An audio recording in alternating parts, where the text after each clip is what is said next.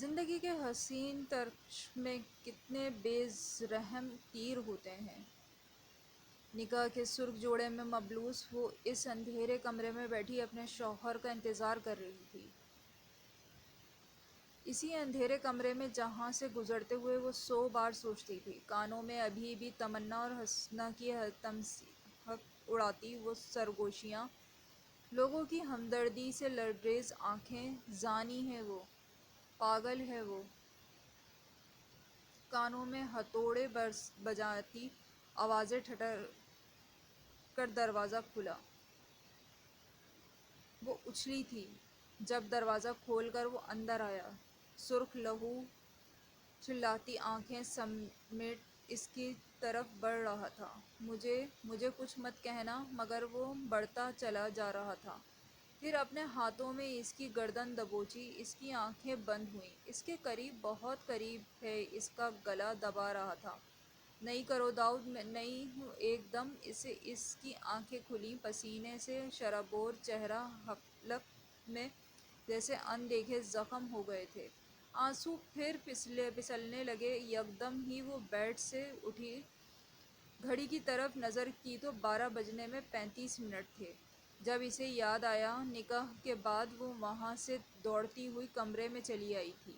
روتے ہوئے اس کی آنکھ لگ گئی تھی۔ اسے پتہ نہیں لگا جب سے وہ ہدایت کے راستے میں آئی تھی۔ یہ اس کی پہلی مغرب کی نماز تھی جو قضا ہونے کے بعد چھوٹ گئی تھی۔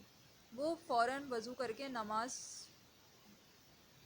جائے نماز بچھا کر اپنی عشاء کی نماز ادا کرنے لگی۔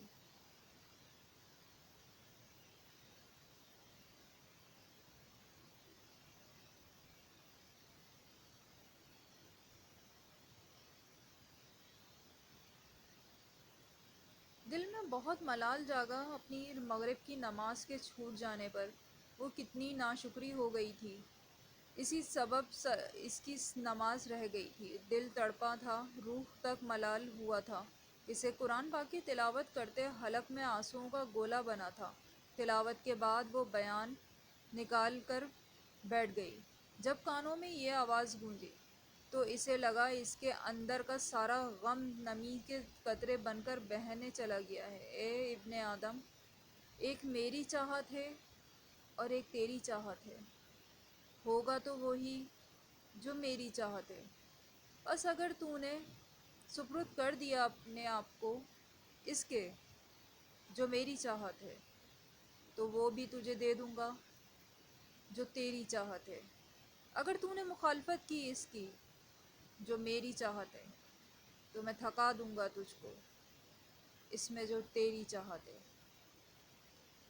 پڑھ پھر سے، ہوگا وہی جو میری چاہت ہے۔ اے اللہ، میں تیرے عاجز سی بندی، تیرے ہر فیصلے کے آگے بے بس ہوں۔ مجھ پر رحم کر، مجھے ثابت قدم رکھ، مجھے اپنی چاہت کی طرف موڑ لے، مجھے گناہوں سے بچا کر رکھ، مجھے اس رشتے کو نبھانے کی توفیق عطا فرما، مجھے بخش دے، مجھے معاف کر دے، مجھے 5 وقت نماز ادا کرنے کی توفیق عطا فرما، مجھے دنیاوی فتنوں سے بچا لے یا رب، مجھے دنیا کی رنگینیوں سے زیادہ آخرت کی ابدی زندگی کی چاہت ہے۔ اے میرے اللہ، میرے شوہر زبان لرزی، یا اللہ تو رازوں سے واقف ہے نا، انہیں ٹھیک کر دے۔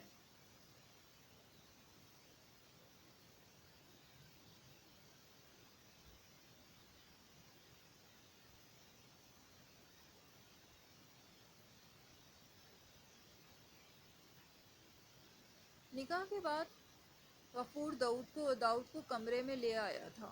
ہاتھ میں پکڑا چھوٹا سا کھلونا وہ داؤد کو اپنی جانب کرتا تھا۔ غفور نے لینا چاہا تو داؤد نے اسے زور سے دھکا دیا۔ غفور لڑکھڑاتا، چھوٹے صاحب آپ نے سونا نہیں، دوائی کھا کر سو جائیں۔ وہ تھکا ہوا لگتا تھا، تبھی بیزار سا اس کے آگے آیا۔ دوائی نکال کر اس کے سامنے کی، جیسے اس نے ہاتھ مار کر پھینک دی۔ خود دوڑتا ہوا واش روم میں بند ہو گیا۔ غفور پریشان ہوا، اگر داؤد نے اپنے ساتھ کچھ کر لیا تو اس کی تو خیر نہیں۔ داجی سے چھوٹے صاحب دروازہ کھولیں، چھوٹے صاحب، مگر وہ سر جھٹک کر ابھی بھی کھلونوں سے کھیل رہا تھا۔ کبھی ہوا میں لہراتا تو کبھی فرش پر کبھی خود سے باتیں کرتا۔ غفور فوراً سب سے نیچے داجی کے کمرے کی طرف بھاگا۔ داجی غفور نے دروازہ کھٹکھٹایا۔ آ جاؤ غفور، اتنے پریشان کیوں ہو؟ داجی چھوٹے صاحب دروازہ نہیں کھول رہے۔ ہانپتا ہوا انہیں بتانے اٹھانے کے لیے مجبوراً تیسری منزل تک سیڑھیاں چڑھتے ہوئے آئے۔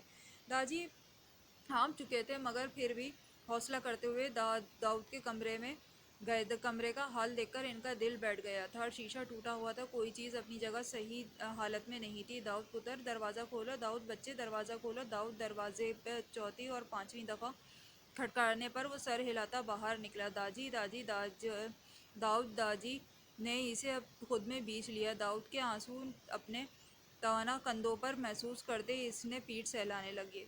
کتنی ہی دیر اس کے کمرے میں اس کے پاس بیٹھے رہے۔ رات کے پہر اسے سلا کر ایک بہت بڑا فیصلہ کر کے کمرے سے نکلے تھے۔ ابھی وہ دوبارہ بستر پر لیٹی تھی جب دروازہ کھٹکا۔ کشوا چونک گئی۔ رات کے اس پہر شاید ماں ہوں گی۔ ماں آخر کب تک اولاد سے ناراض رہ سکتی ہے؟ حسب معمول چہرہ ڈھانپ کر دروازہ کھولا تو سامنے توقع کے متضاد عنصر سعید جتوئی کھڑا تھا۔ کشوا کی پکڑ اپنے دوپٹے پر مضبوط ہوئی۔ جی کوئی کام؟ عزلی پر اعتماد لہجے میں پوچھا۔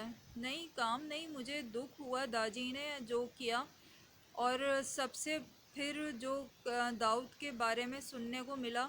آپ رات کے اس پہر ایک غیر محرم سے اس کے شوہر کی بات اور ہمدردی کرنے آئے ہیں؟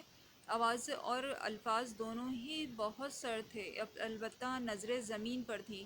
عنصر خاموش ہوا مگر اس کی جذباتی حالت سمجھ کر اس کا لہجہ فراموش کر گیا۔ میں سمجھ سکتا ہوں تمہاری کنڈیشن، ڈاکٹر ہیں آپ؟ نہیں تو پھر؟ وہ لاجواب ہوا۔ کشوا نے دروازہ بند کر دیا۔ دروازہ پھر سے کھٹکھٹا۔ کشوا کے ماتھے پر بل نمودار ہوئے۔ دروازہ پھر سے بجا۔ چہرہ ڈھا کے دروازہ کھولا۔ ابھی منہ سے کچھ نکالتی کے سامنے داجی کو دیکھ کر وہ خاموش ہو گئی۔ شاید اس سے معافی مانگنے آئے ہوں گے۔ لب کاٹے وہ کھڑی تھی۔ داجی آپ مجھے بلا لیتے، آپ کے لیے اتنی سیڑھیاں چڑھنا مناسب نہیں۔ لہجے میں فکر مندی تھی۔ داجی کو اپنے فیصلے پر ملال آ رہا تھا۔ صحیح کہہ رہی ہو بچے، مجھے بوڑھے میں اتنی جان نہیں کہ بار بار سیڑھیاں چڑھ کر اوپر آؤں۔ شکست خوردہ لہجے میں بولتے اسے چونکنے پر مجبور کر گئے۔ داجی میں سمجھی نہیں، خطرہ اسے ارد گرد اچھی طرح محسوس ہو رہا تھا۔ یا اللہ! داؤد! کشوا کی سانسیں اٹکی۔ پھر اس کی بات کرنے یہاں آئے ہیں؟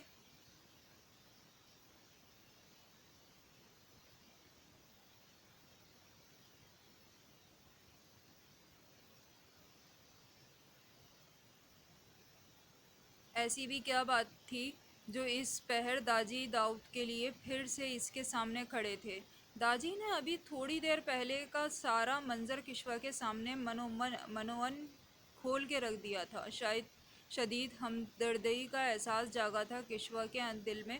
شاید اپنے اور اس کے درمیان پاکیزہ رشتے کا اثر تھا۔ اب آپ مجھ سے کیا چاہتے ہیں داجی؟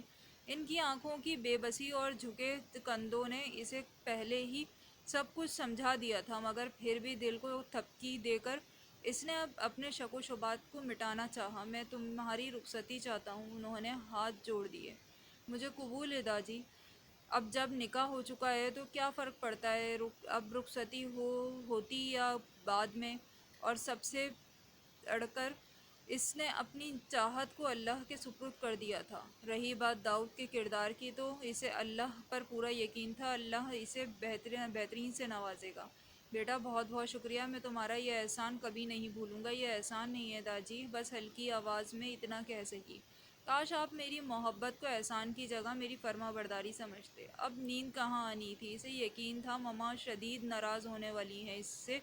2 دن پہلے تک زندگی کتنی زیادہ پرسکون تھی اس کی۔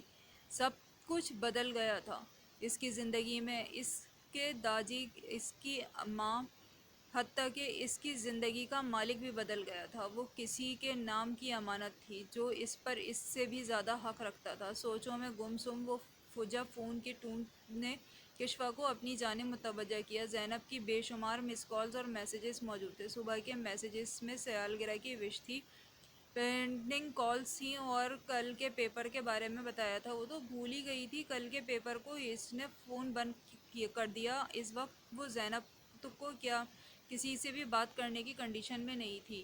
اس وقت وہ بس پرسکون سونا چاہتی تھی، لمبا سونا، بغیر کسی کی مداخلت کے۔ سر کے بل بستر پر لیٹی پچھلے 2 دنوں کے بارے میں سوچنے لگی۔